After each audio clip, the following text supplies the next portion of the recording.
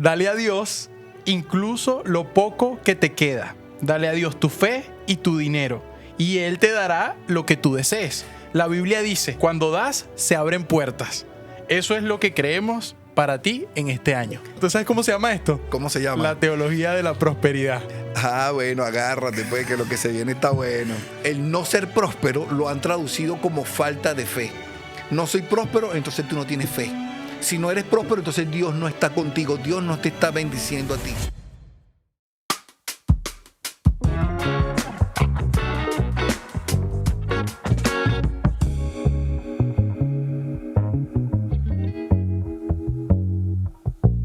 Bueno, señores, bienvenidos a otro episodio de Incómodos Podcast. Este es el podcast donde lo polémico y lo controversial se hace conversable. Mi nombre es Julián Izarra. Mi nombre es Alejandro León. Y esto es Incómodo, porque hoy vamos a tocar un tema, pero súper incómodo. Cuéntanos un poco ahí, Alejandro. Bueno, voy a empezar con esta frase. ¿Estás enfrentando dificultades financieras, Julián? Sí. Por supuesto. Hay solo una salida. ¿Cuál? Mira, palabras textuales. Dale a Dios incluso lo poco que te queda. Dale a Dios tu fe y tu dinero, y Él te dará lo que tú desees. La Biblia dice, cuando das, se abren puertas. Eso es lo que creemos para ti en este año. Mire, ¿y dónde es eso? Pues yo quiero ir para allá, porque si me van a dar billete y voy a resolver mis problemas financieros, yo me lanzo para ese lugar rapidito. No, ¿tú sabes cómo se llama esto? ¿Cómo se llama? La teología de la prosperidad. Ah, bueno, agárrate, pues, que lo que se viene está bueno. No, pero qué loco, ¿verdad? Sí, brother. ¿Qué opinas tú que te encanta la Biblia de esto de la Biblia dice cuando das se abren puertas? Mira, esto es como agarrar, vas a la cocina y vas a preparar una torta, y tú dices, voy a preparar un pastel, y tú no sabes nada sobre preparar pasteles, agarras y usas los ingredientes que tú quieres usar, porque tú quieres que te salga un pastel. ¿Sí? Y así hacen este tipo de predicadores de la prosperidad. Agarran ingredientes de la Biblia, lo que ellos quieren, para sazonar lo que ellos quieren crear y lo que quieren provocar en las personas, utilizando la manipulación, utilizando lo que se llama torciendo la palabra y los principios para mover las emociones de las personas y poder sacar de ellos lo que ellos desean, que es su dinero. ¿Pero tú crees que ellos lo hacen pensando en eso o entendiendo eso, o simplemente fue consecuencia de lo que empezaron a hacer o a decir o a vivir? Las dos cosas. Las dos cosas. Uno, lo hacen con conciencia, con la conciencia de que quiero ser próspero, o sea, y quiero dinero, quiero enriquecerme, porque para ellos muchas veces, Alejandro, el no ser próspero lo han traducido como falta de fe. No soy próspero, entonces tú no tienes fe. Si no eres próspero, entonces Dios no está contigo, Dios no te está bendiciendo a ti. Y entonces utilizamos ese elemento de no tener fe para decir, ok, tú necesitas entonces ser próspero, porque tu fe o sea, eso sería ser fe más dinero es igual a prosperidad. Entonces, si tú no aplicas esa fórmula y el resultado no es prosperidad, entonces hay algo malo en tu fe. Sí, y que hablan de una prosperidad, para las personas que no conocen, estos son unas corrientes teológicas que llevan tiempo, del siglo XIX. Yo hice un pequeño análisis de dónde surge la teología de la prosperidad, que de hecho no nace en la Biblia, no es algo que nace en la Biblia, sino es un movimiento filosófico espiritual del siglo XIX que empezó con algo que se llama el New Thought o el nuevo pensamiento. Este movimiento promovía la idea de que los pensamientos positivos podrían atraer dos cosas, que eran las que estamos hablando hoy: salud y dinero.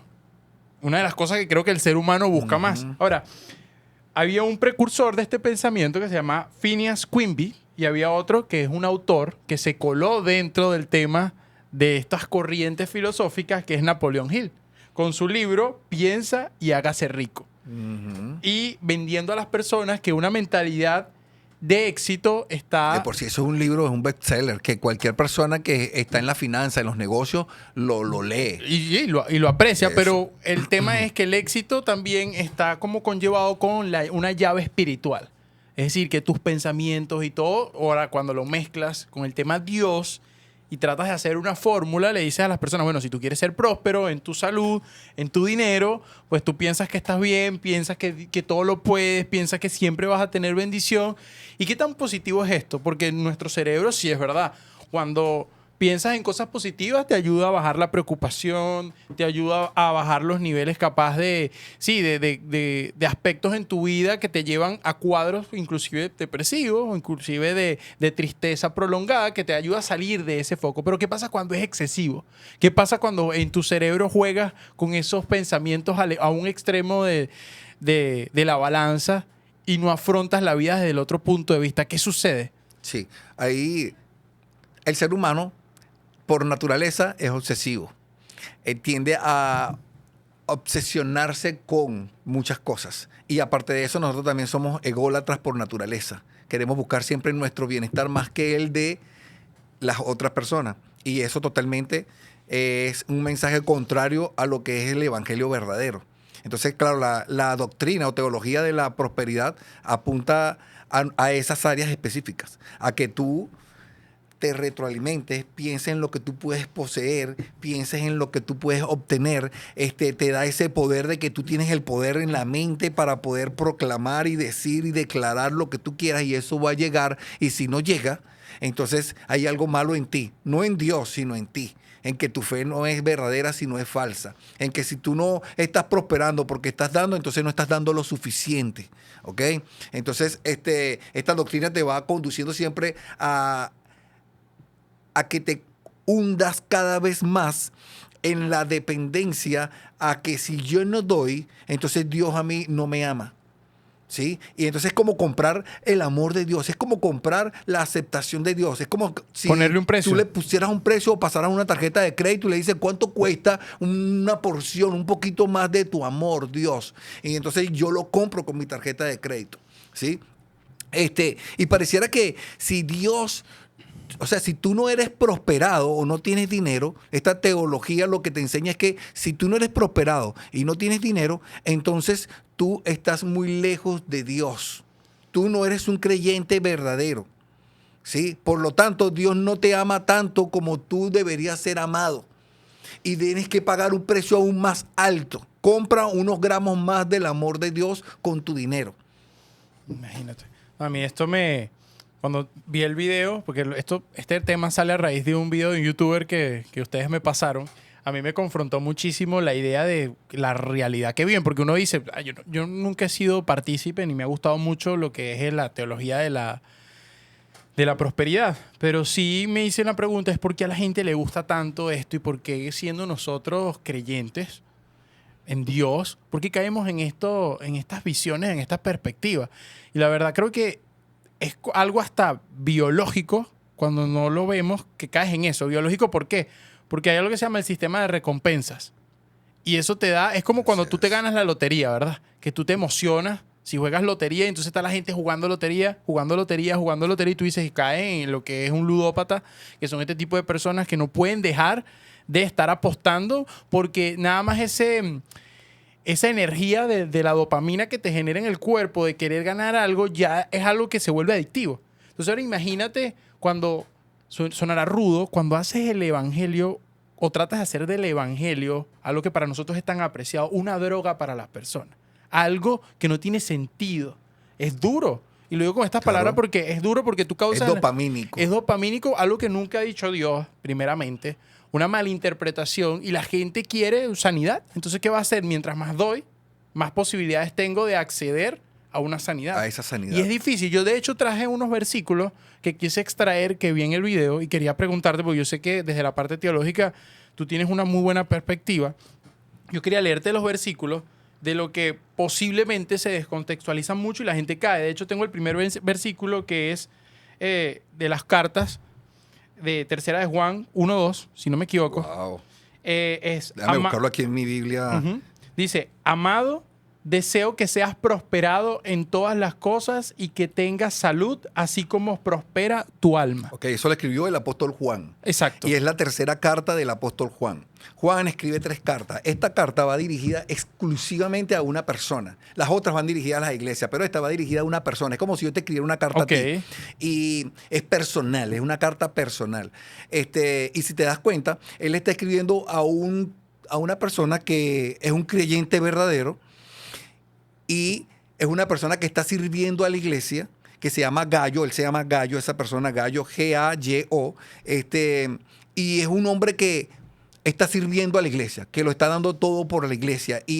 Pero tiene una cualidad este hombre. Este hombre ha recibido a todos los misioneros que vienen de afuera, que son conocidos, pero también recibía a los que eran desconocidos, pero que estaban sirviendo en el mensaje del evangelio. ¿Y qué hacía él? Él lo que hacía era ser hospedador. Él los recibía, los hospedaba y le daba a ellos de lo que él tenía para sustentarlo, para que ellos pudieran continuar predicando el evangelio en los lugares donde estaban predicando. Y cuando cuando Juan escribe esta carta y le dice esas palabras, se las dirige, porque esa es la salutación, él lo está saludando. Y él lo que le está diciendo es, que estoy agradecido, o sea, por el bien que tú estás haciendo, y deseo que ese mismo bien que tú haces por los hermanos, Dios lo tenga también contigo. Eso es todo. No se está dirigiendo a la iglesia como tal de que tienes que ser próspero en salud, en dinero y en éxito. No es el contexto. Es como una manera cortés también de escribirle y también de elogiarlo por las actividades que estaba haciendo. Es como te digo, bueno, yo te deseo, Julián, que seas próspero en todo lo que hagas. Pero es eso, pues. Otro versículo que también he sacado de contexto es Génesis 13:2, que dice, y Abraham era muy rico en ganado, en plata y en oro. Entonces, si Abraham era así, tú puedes ser así, Julián. ¿Ese es Génesis qué? Génesis 13:2. 13:2. Abraham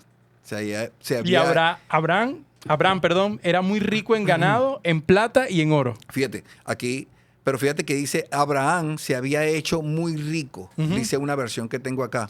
Era muy rico, exacto, muy rico. Eso. Pero aquí dice se había hecho muy rico.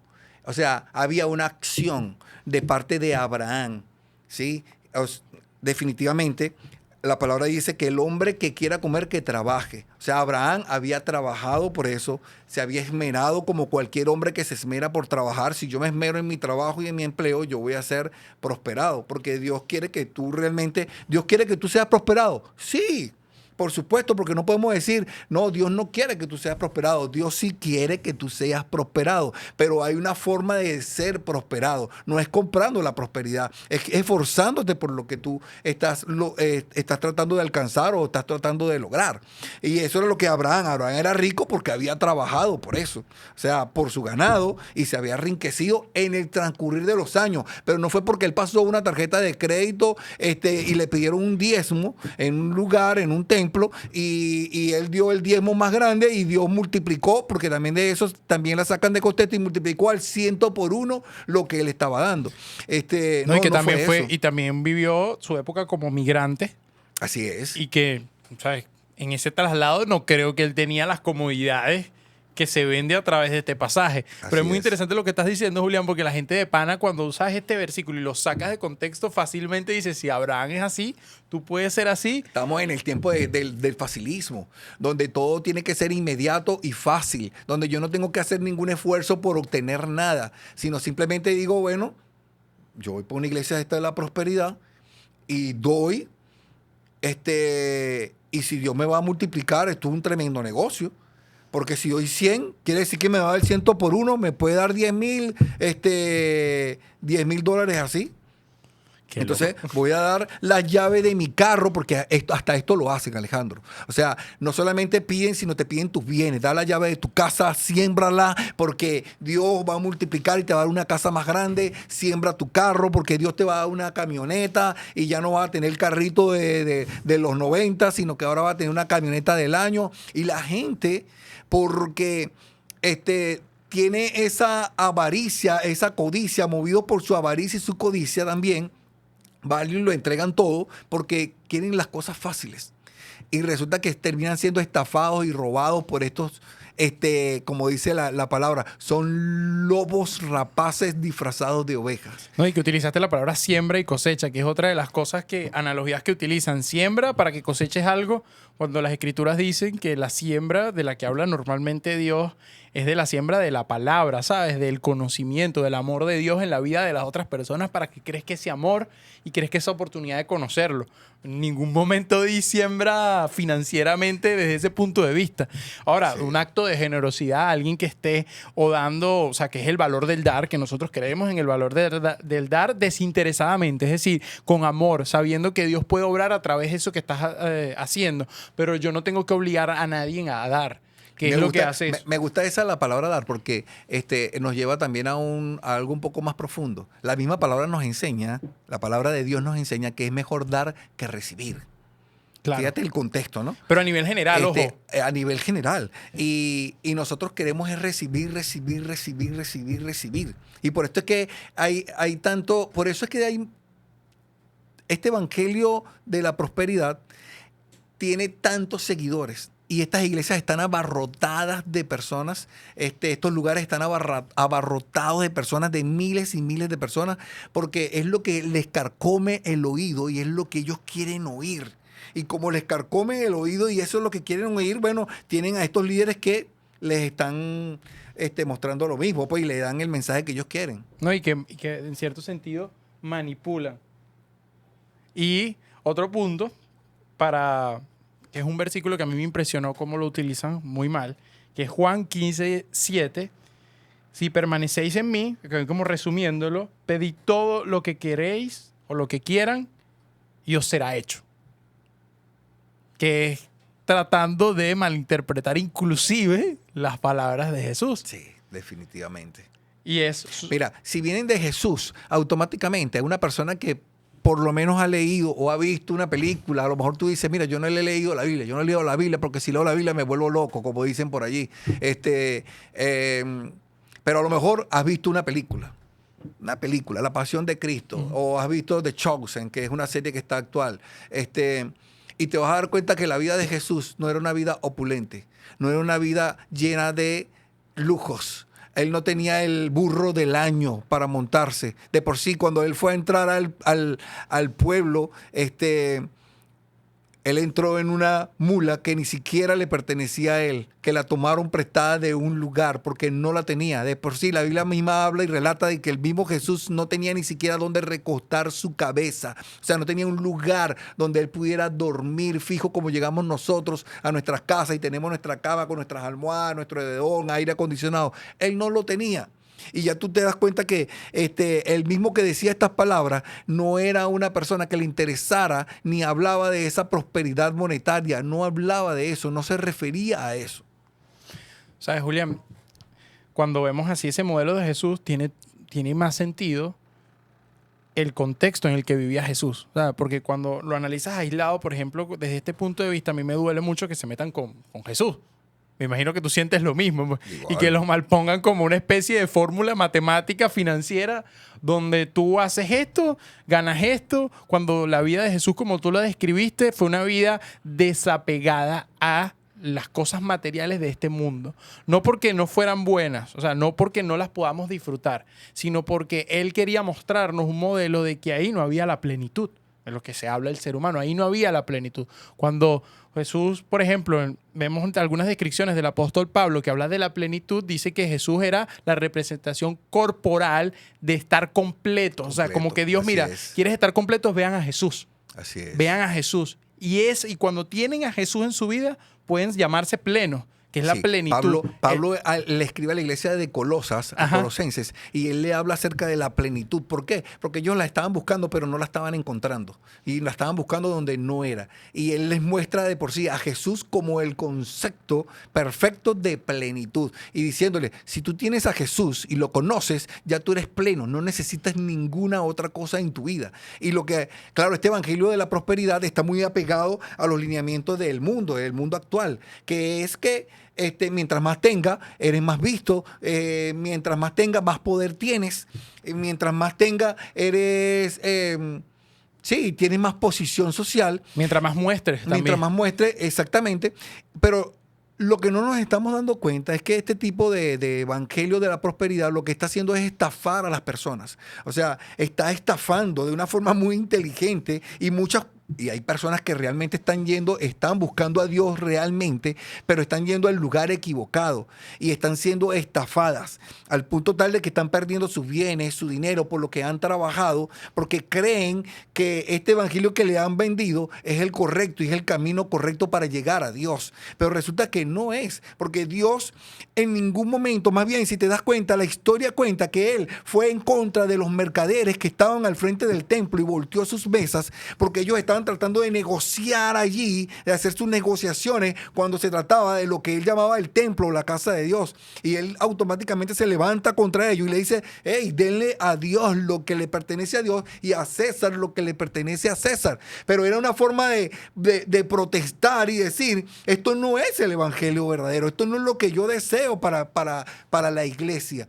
Y entonces, este tipo de personas que están tratando de buscar a Dios, las han engañado, están engañados. Y yo creo que este episodio va a servir muchísimo, no para poner a las personas en contra de la iglesia, porque no es lo que estamos tratando de transmitir acá.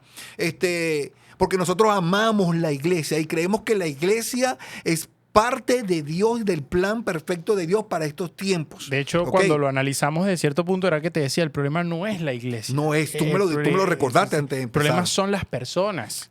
Así es. Y ni siquiera son las personas que están yendo a este tipo de iglesias. Son los falsos predicadores o líderes que se han levantado para enseñar y torcer las enseñanzas verdaderas para ellos enriquecerse, estafar a las personas y robarles sus bienes. Porque esta es la verdad que hay. Mientras estas personas lo están entregando todo, Alejandro, y entregan porque a veces te piden, como tú leíste al principio, entrega hasta lo poquito y lo último que te queda en tu bolsillo, porque Dios te va a prosperar. Mientras tú lo estás entregando todo a estas iglesias o a estos movimientos, porque ni siquiera lo vamos a llamar iglesias, sino a estos movimientos, falsos movimientos engañosos, ellos están volando en sus jets privados, ellos están dando vidas de ricos, ellos tienen los autos de último modelo y todo eso, ¿cómo ellos lo obtienen? ¿Tú crees que ellos están donando sus casas, su dinero y sus camionetas y todo lo que tienen? No, ellos lo están obteniendo de aquellas personas a las cuales se están estafando, utilizando la manipulación emocional, emotiva y aún espiritual para ellos conseguir lo que ellos desean. Sí, y lo difícil, por ejemplo, cuando pensamos ya hablamos como del fenómeno de esta visión, que todo lo que estás describiendo es una realidad, no es mentira. Pueden buscarlo, pueden analizarlo, pueden poner teología de la prosperidad, evangelio de la prosperidad, y van a ver miles de cosas que a veces es difícil de ver. Y hay personas mucho que se decepcionan de Dios porque piensan que eso es Dios. De hecho, veíamos en ciertos videos, en este video, testimonios de personas que fueron estafadas y cómo el impacto que ellos vivieron al darse cuenta de que no tenía sentido.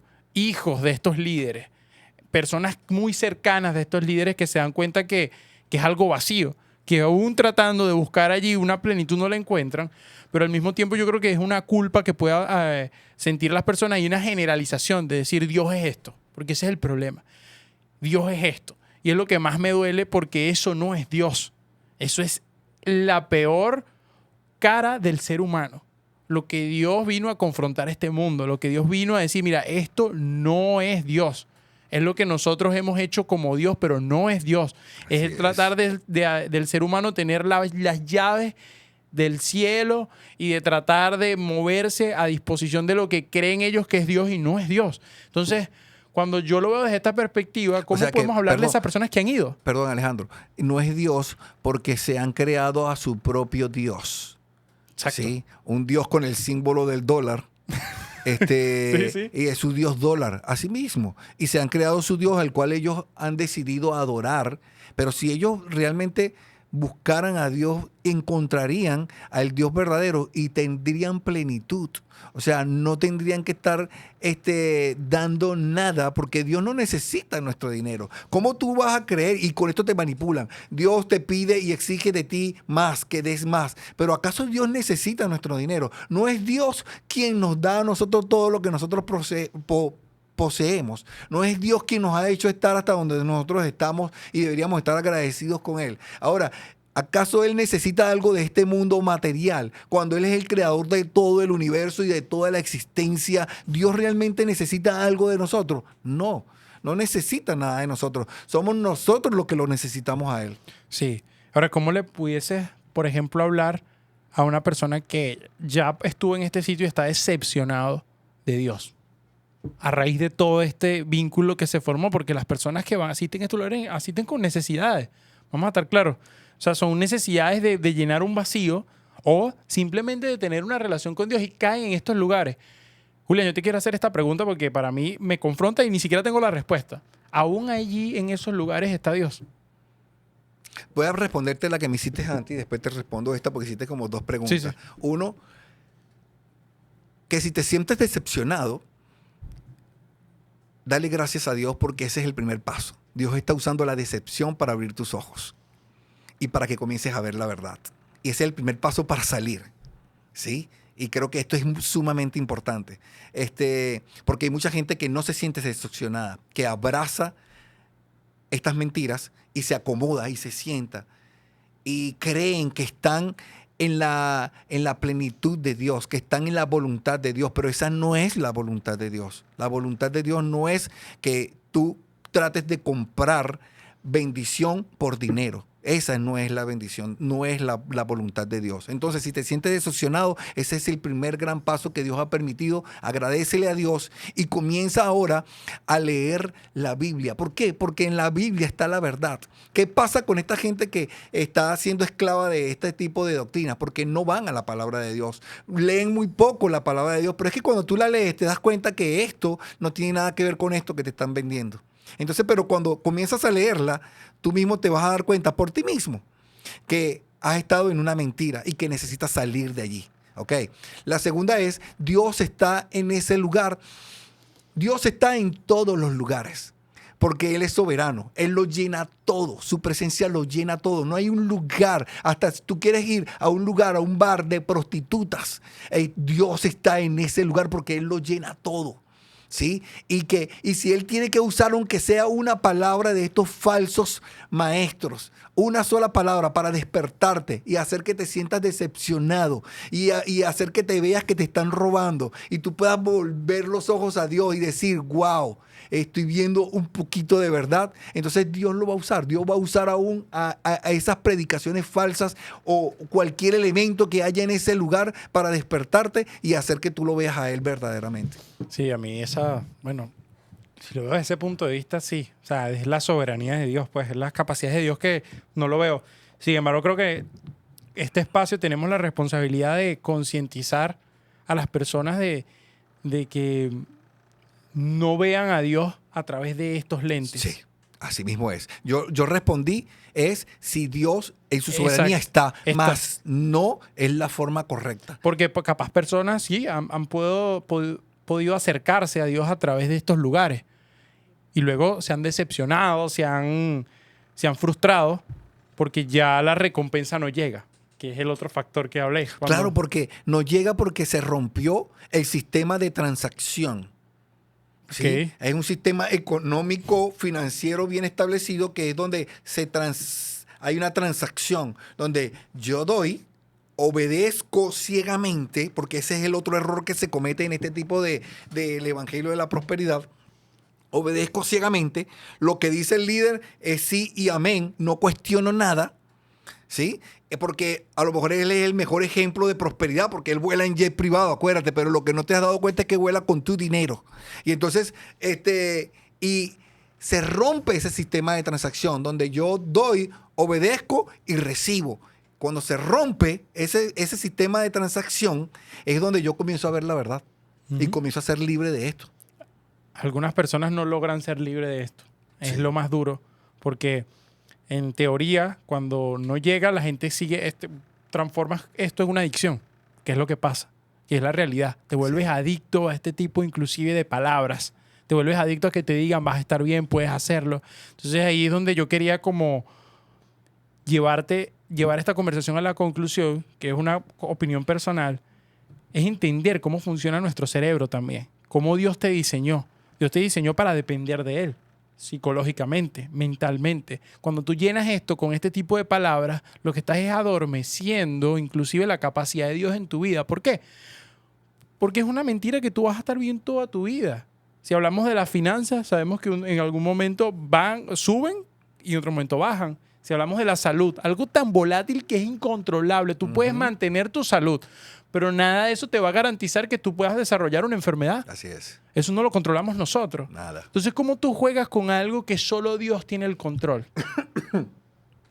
El único que tiene control sobre la vida y sobre la muerte en este plano es Dios. Así es. O sea, la ciencia son cosas que no ha podido explicar. Vida después de la muerte, cuándo te puedes enfermar y cuándo no. Tratan y tratan y tratan. Yo no puedo controlar eso. Entonces, cuando el ser humano trata de controlar algo que es incontrolable, entonces darte cuenta de que no puedes poner a una persona ni unas palabras pronunciadas por hombre en lugar de Dios, porque jamás va a llenar y jamás va a satisfacer. Entonces es como crear esa conciencia de que tu cerebro lo están programando, porque no tiene nada que ver con lo espiritual ni siquiera, sino que tu cerebro lo están programando para ver a través de unos lentes incorrectos.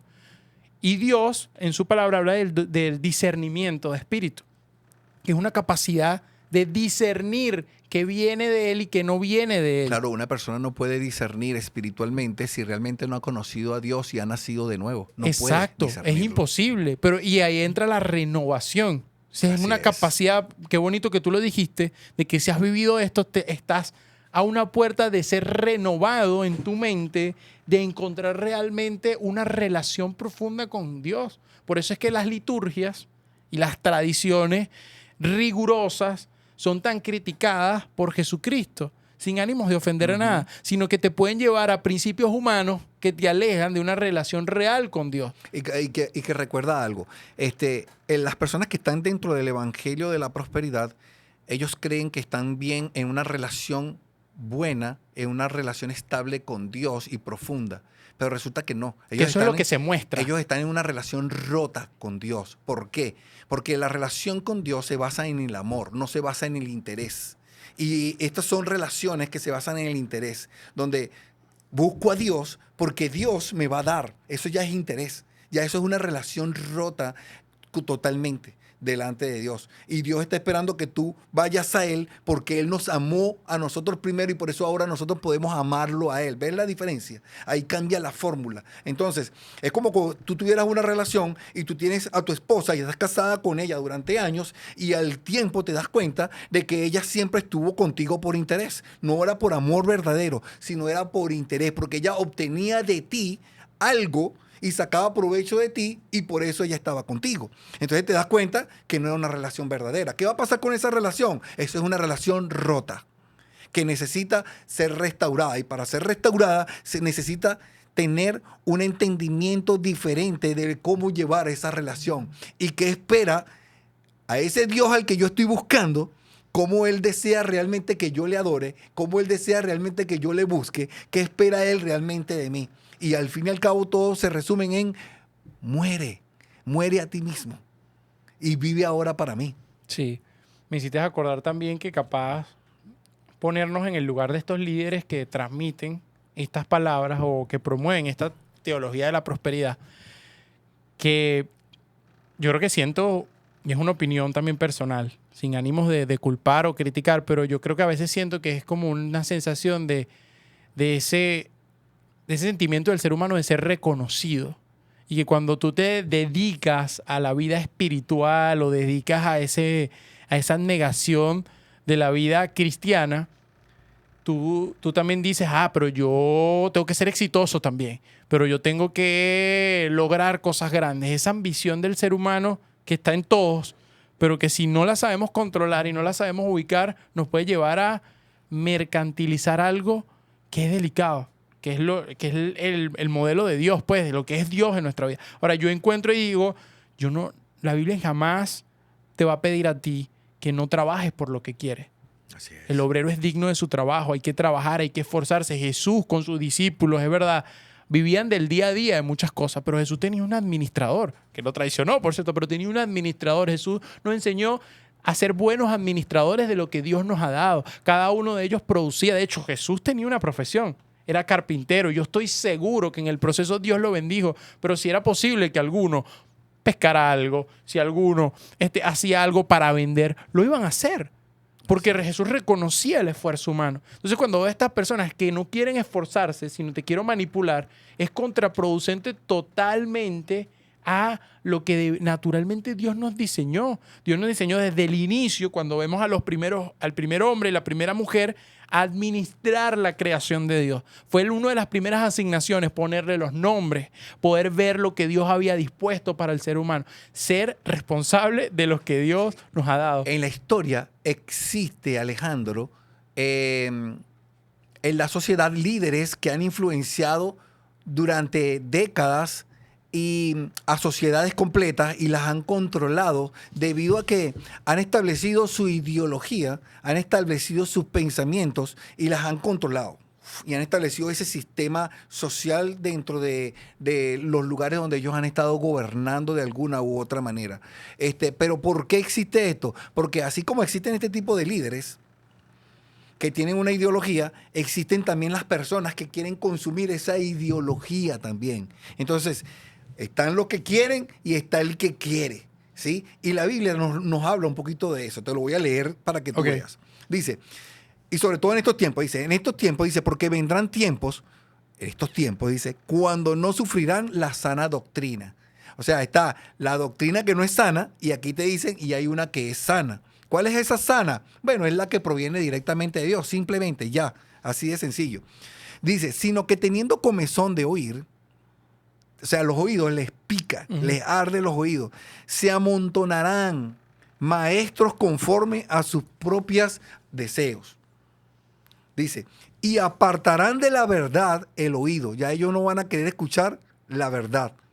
Y se volverán a fábulas. Pero después, este es un consejo que Pablo le está dando a uno de sus discípulos que se llamaba Timoteo. Y él le dice, pero tú, Timoteo, sé sobrio. O sea, para esto hay que tener sobriedad. Y dice, sé sobrio en todo.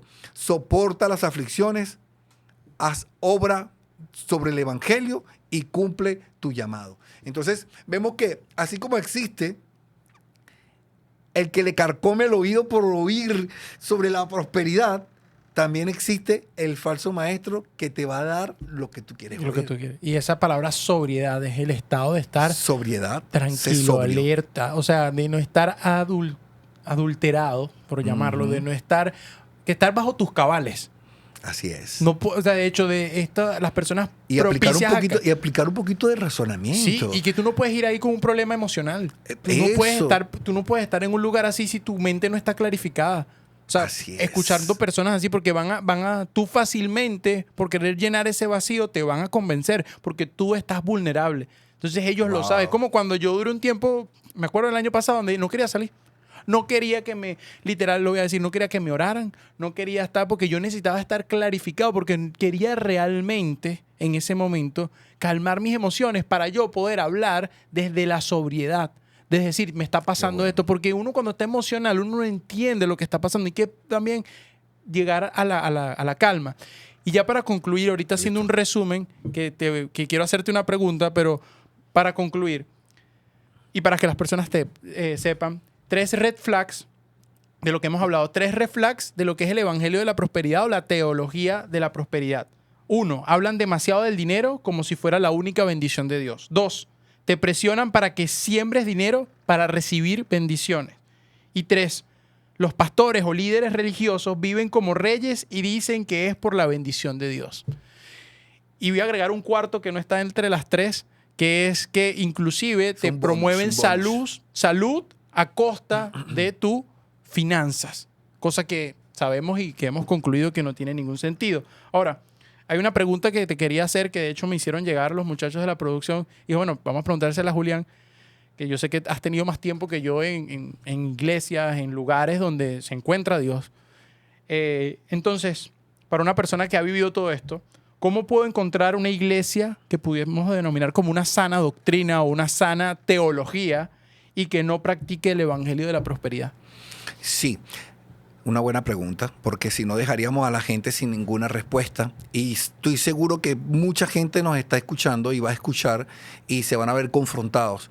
y van a poder tener un diagnóstico y van a decir, épale, en mi iglesia no se predica la prosperidad. Yo necesito salir de allí porque van a haber personas que realmente están buscando a Dios y quieren encontrarse con Dios y cayeron en una de estas iglesias.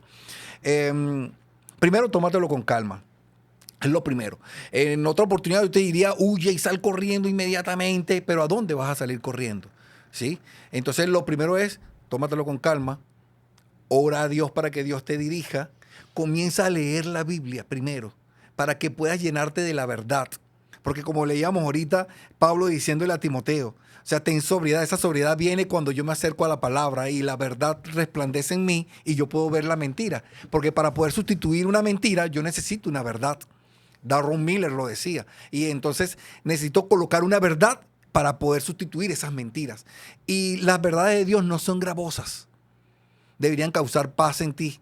No deberían causar desesperación. Las mentiras causan desesperación y no te dan paz. Entonces, ten paz, busca la verdad. Y luego cuando te empiezas a acercar a esa verdad, que es a través de la palabra, la misma palabra te va a conducir a lo que es una iglesia, un lugar donde puedas recibir esa sana doctrina. Porque vas a decir, pero es que es la que habla de Jesús. Es la que me lleva a contemplar a Dios. Es la que me lleva a contemplar la cruz.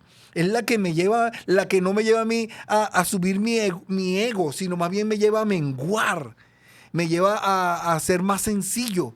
Y esa sencillez no quiere decir es que yo tenga que ser pobre, no. Porque aún la iglesia está abierta para los ricos y para los pobres también, porque Dios hace salir el sol tanto para los ricos como para los pobres. Entonces,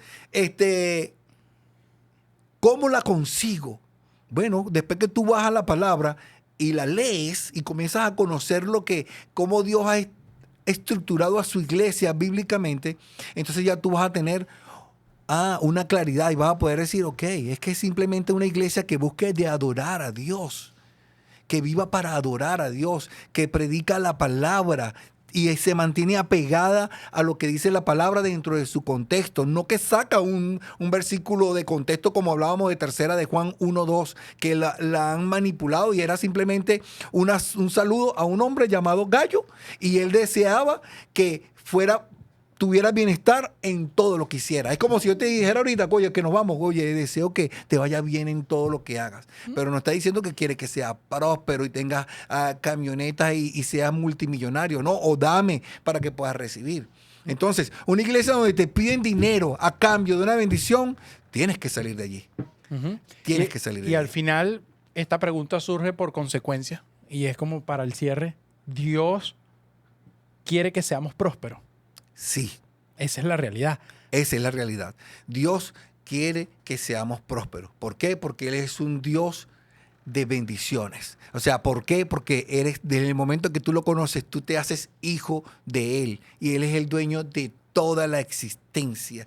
Por sí, no hay una prosperidad más grande que recibir a su hijo. Esa es la prosperidad más grande que tú puedes tener. Ya fuiste próspero. No, y que viéndolo o profundizándolo, y ya estas son mis palabras como para concluir esta pregunta que también yo me la hacía constantemente cuando veníamos hablando. Dios nos quiere prósperos. Y sí, Dios nos quiere prósperos, pero de una manera diferente a la que nos están vendiendo.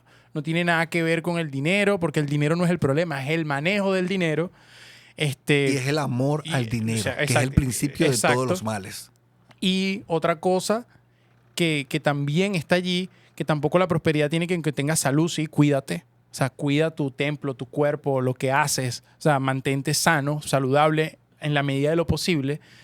Dios quiere que hagamos esas cosas, pero es una prosperidad mucho más allá, porque cuando tú empiezas a profundizar de forma personal e individual con la palabra de Dios, que eso es mentira, que la Biblia no muerde, la Biblia, verdad, es algo que te confronta, y yo creo que a la gente le da miedo eso también. O sea, como que me va a confrontar una realidad que capaz no estoy viendo. No, te confronta, pero no de la manera que lo hace el hombre, que es para derribarte, sino para darte luz. Es como cuando el profeta, para los que conocen la historia, siempre me gusta esta historia, cuando Natán confronta a David y le muestra, lo confronta con la verdad de Dios y él dice, wow, o sea, se da cuenta. Es como que te quita ese lente falso. Es como cuando literalmente Pablo cambia su vida. Son esos momentos donde la palabra de Dios lo que hace es simplemente cambiarte y ponerte los lentes correctos. Los lentes donde ya la miopía desaparece, sino que te das cuenta de la realidad en tu vida y de que hay alguien que se preocupa por ti y tiene la capacidad de cambiarte. Esa es la confrontación de Dios. Porque una confrontación que te lleva a este tipo de evangelio, que cuando no encuentras lo que tú estás buscando, cuando la recompensa no llega, te frustra, eso no viene de Dios. Porque Dios no te frustra. Dios no te frustra. Dios lo que hace es confrontarte para que necesites de Él. Esa es la ventaja, que por eso digo, bueno, es verdad, la culpa es mala. Sí, sí es mala. No es una emoción buena, no es un estado bueno, pero la culpa te puede acercar a Dios o te puede alejar de Él. La culpa es algo que el ser humano construyó a medida de su desobediencia. Es algo sumamente dañino. De hecho, si tú lo analizas desde el punto de vista de los psicólogos, todos coinciden que la culpa no te lleva a estados de ánimo correctos, positivos. O sea, si una persona que vive en ese estado es una oportunidad, como tú dices, de salir de allí, porque no te está llevando a nada. De hecho, transforman tu culpa en ¿qué? En dame, y nunca llegas a una plenitud. Entonces es como darte cuenta en este punto de que sí hay plenitud, pero solo en Cristo. Al final, nada de estas cosas llena. Y si has caído en esto, como tú lo dijiste, que cada persona también pueda inclusive comentarnos, inclusive decir, oye, yo también he caído en esto, pero al mismo tiempo que no se queden allí, sino que aún así conocimos a un Dios que nos dio la plenitud y nos ha hecho próspero de la manera correcta. Yo termino con un versículo. Palabras textuales de Jesús. Y quien las escribe es Mateo. Y es tremendo que Mateo sea quien escribe esto, porque él fue una persona muy parecida a lo que se describe aquí. Él era un cobrador de impuestos, y luego Dios lo llama y él escribe estas palabras textuales del mismo Jesús. Y él dice, Mateo capítulo 7, en el verso 15, para que lo quiera leer, que creo que te puede ayudar y alumbrar mucho en tu entendimiento. Dice, cuídense de los falsos profetas. Vienen a ustedes disfrazados de ovejas para engañarte, ¿cierto? Pero por dentro son lobos feroces. O sea, yo creo que hay algo que todo creyente debería hacer y es cuidarse. Y siempre tener una visión de examinarlo todo y pesarlo todo a través de la palabra. Y yo creo que con eso te vas a librar de estos lobos feroces que vienen simplemente a robarte, a manipularte y a controlarte. Total. Y para los que no sepan, Jesús no le pidió nada financiero a sus discípulos. Lo único que les pidió fue que confiaran en Él, lo siguieran y creyeran. Eso fue todo. Bye, bye. Saque su chequera, chicos. Chequera aquí.